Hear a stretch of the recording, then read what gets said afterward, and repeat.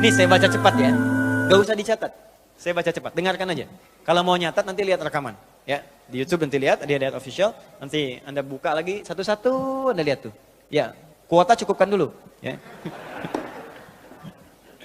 Lihat sini. Bahkan sebelum kita keluar dari rahim ibunda kita, sudah ada petunjuk. Ibu yang sedang mengandung ada petunjuknya. Kalau ingin mengetahui dan berdoa tentang kondisi janin, ada kondisi disebutkan oleh Quran surah ke-22 ayat ke-5. Indah. Ternyata bahagia itu tidak cukup dengan minum kopi. Tidak cukup dengan minum teh. Bahagia itu ketika Anda bertakwa di hadapan Allah Subhanahu wa taala. Itu poinnya. Catat, bikin status. Ini. Semua ada di Quran. Nih saya baca cepat ya. Gak usah dicatat. Saya baca cepat, dengarkan aja. Kalau mau nyatat nanti lihat rekaman. Ya, di YouTube nanti lihat, ada ayat official. Nanti Anda buka lagi satu-satu, Anda lihat tuh. Ya, kuota cukupkan dulu. Ya. Lihat sini. Bahkan sebelum kita keluar dari rahim ibunda kita, sudah ada petunjuk.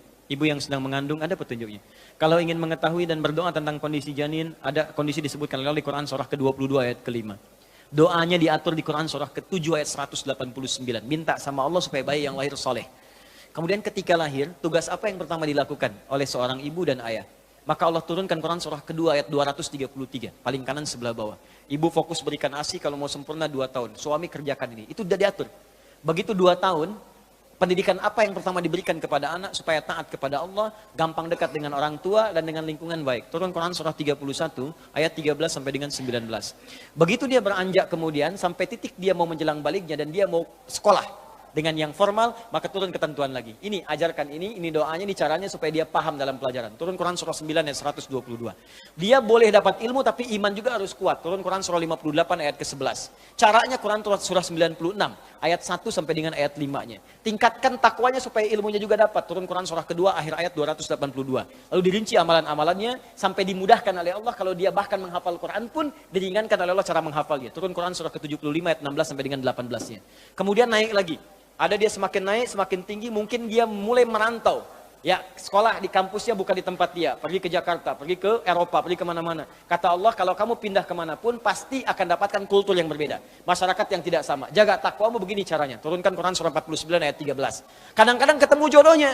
Saat ketemu jodoh, kamu ta'aruf jangan lama-lama. Siapkan lamaranmu, carikan kemudian maharnya, dapatkan yang terbaik. Quran surah keempat ayat keempat. Lakukan pernikahan, Quran surah ke-30 ayat 21. Saat mau nikah pun diberikan pelajaran. Kalau jadi suami, ini tugas kamu di awal. Istri tugasnya ini. Kalau nanti ada masalah, ini masalahnya. Dirinci oleh Quran. Dari mulai masalah salah komunikasi yang tidak sempurna, sampai persoalan yang sulit diselesaikan, begini caranya. Turun Quran surah keempat ayat 34 sampai 35. Bahkan dalam kondisi pun pecah, nggak bisa diselesaikan berdua, ini cara mencari orang bijak untuk menyelesaikan masalah di rumah tangga. Tadi surah 4 ayat ke-35-nya.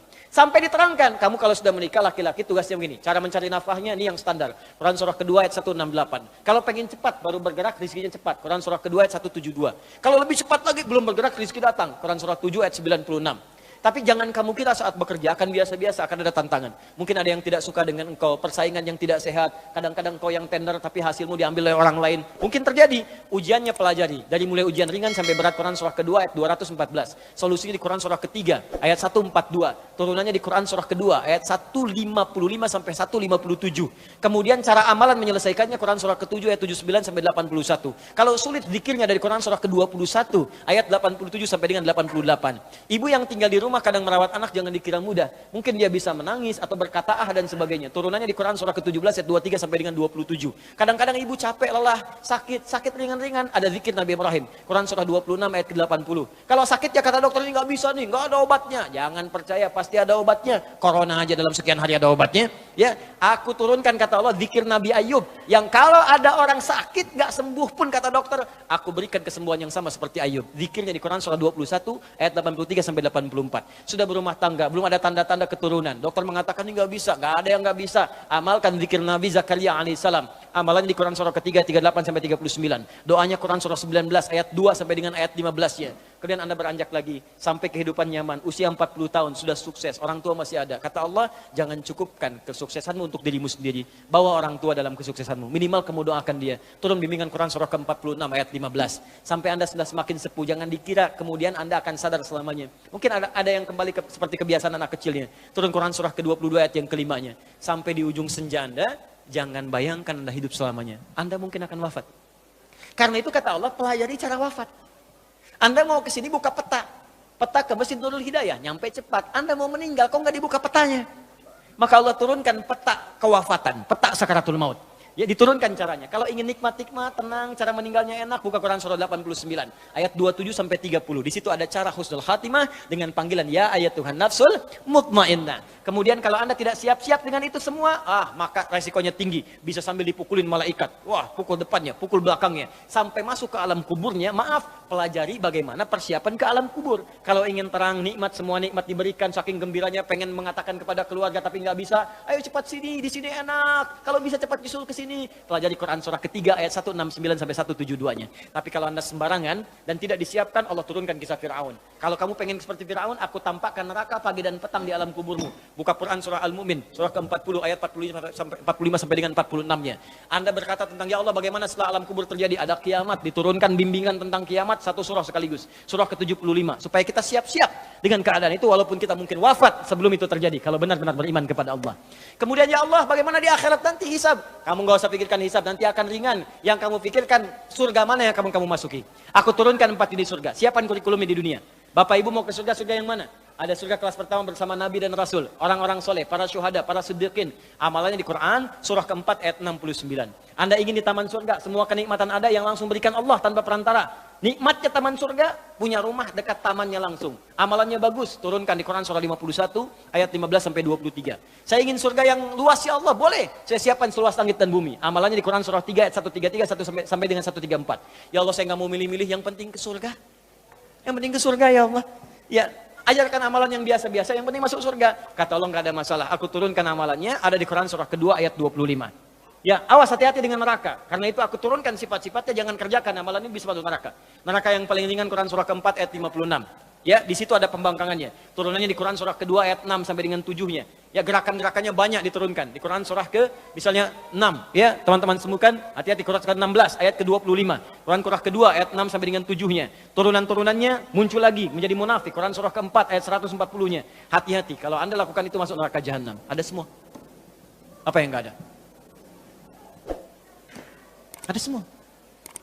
Kenapa Anda enggak turunkan sekarang? Ibu, kenapa ibu nggak turunkan? Bimbingan jadi ibu Qurani. Ayat-ayat tentang ibu aja. Tentang ibu aja turunkan. Bagaimana jadi istri? Apa tugas istri? Apa tugas ibu? Apa kendala seorang ibu? Demi Allah pasti kejadian, Bu. Pasti kejadian. Tuh, benar. Pasti kejadian.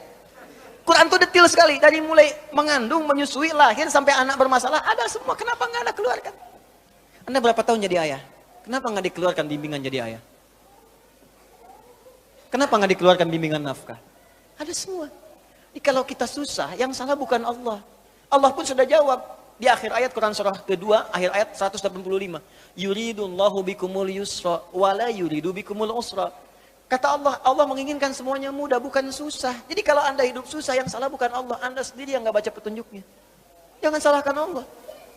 Kenapa saya begini ya Allah? Bukan saya, Cepi, kamu yang salah. Kenapa kamu nggak baca? Aku turunkan, aku paksa bahkan. Makanya wajib itu dipaksa. Bahkan diancam dengan dosa itu. Kalau kamu kerjakan dosa, sebetulnya yang penting bukan dosanya. Yang penting itu Allah menginginkan rahmatnya. Karena rahmat Allah melebihi iqabnya. Itu poinnya. Karena itu sekarang yuk mendekat kepada Quran. Baca dulu, karena membaca itu pengantar untuk paham. Setelah itu ngaji, tilawah. Ya, jangan tinggi-tinggi dulu Pak, jangan tinggi-tinggi. Yang kita kerjakan ya harian.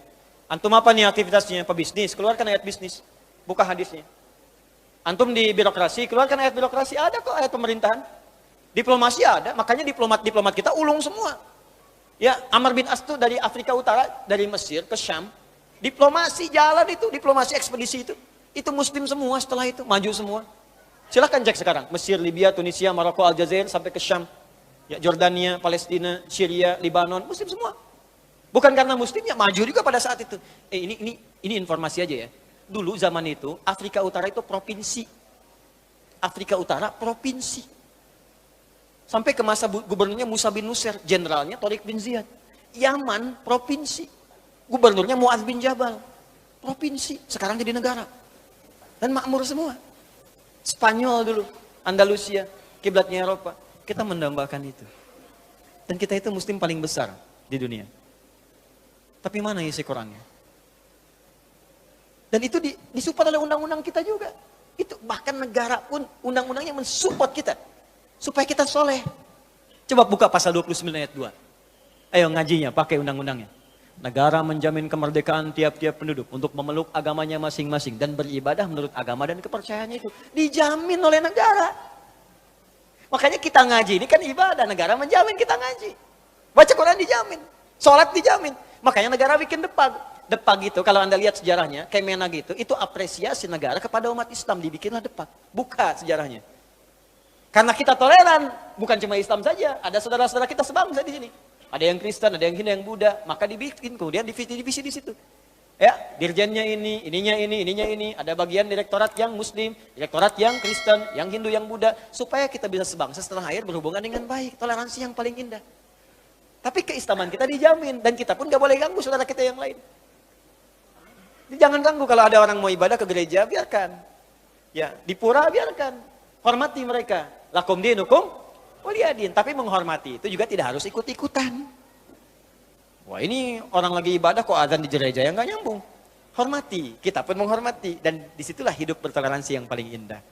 Jadi itu Bapak Ibu sekalian, kalau ingin mendapatkan itu semua, maka mendekatlah kepada Allah dengan banyak menunaikan salat, kemudian banyak bertilawah Al-Quran. Ya, insya Allah bulan ini Februari akan ada kuliah pertama yang kemarin sudah daftar. Nanti insya Allah akan ada pengumuman kuliah pertama. Akan dibuka langsung, ini sedang diagendakan, mudah-mudahan tidak ada halangan, dibuka langsung oleh Grand Sheikh Al-Azhar. Akan datang di Indonesia, rencananya akhir bulan ini. Ya, jadi datang, dan tempat yang pertama dikunjungi, kalau tidak ada halangan, tempat kami, Quantum Wakhian Institute di Bekasi. Di sekaligus membuka program untuk menghafal Quran itu, yang kami buka kemarin. Sekolah terbuka, usahakan Al-Quran hafal. Ya, sekolah UAHA, dalam jangka waktu nanti ada yang percepatan 30 hari, ada yang menghafal santuy, ya 1 tahun setengah. Di situ kita nanti diberikan manhaj. Insya Allah bulan ini pembukaan, dan mulai bulan depan akan ada kelas-kelas masuk untuk itu. Nanti insya Allah kalau tidak ada halangan, dalam waktu juga nanti yang sedang kita siapkan, kelas-kelas itu akan aktif kembali. Kelas rumah tangga, kelas dunia usaha, kelas dokter yang sudah kita buka sebelumnya. Nanti insya Allah akan diteruskan lagi. Bapak Ibu bisa masuk ke situ. Itu yang kami turunkan kurikulum Al-Quran dan sunnah-sunnah Rasulullah SAW yang bisa diterapkan dalam